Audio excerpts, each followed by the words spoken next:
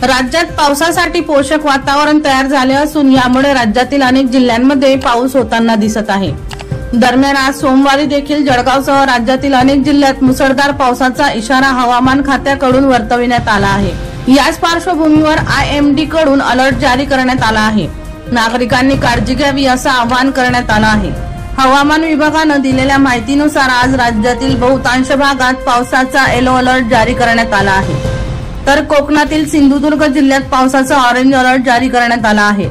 सध्या दक्षिण गुजरात ते केरळ किनारपट्टी लगत कमी दाबाचा पट्टा तयार झाला आहे, त्यामुळे राज्यातील अनेक जिल्ह्यांमध्ये पावसासाठी पोषण वातावरण तयार झालं आहे। येत्या 5 दिवसात कोकण, मराठा, विदर्भात बहुतांश ठिकाणी तर मध्य महाराष्ट्रात बऱ्याच ठिकाणी पावसाची शक्यता आहे। दीपक राठोड यांचा रिपोर्ट DR न्यूज जळगाव।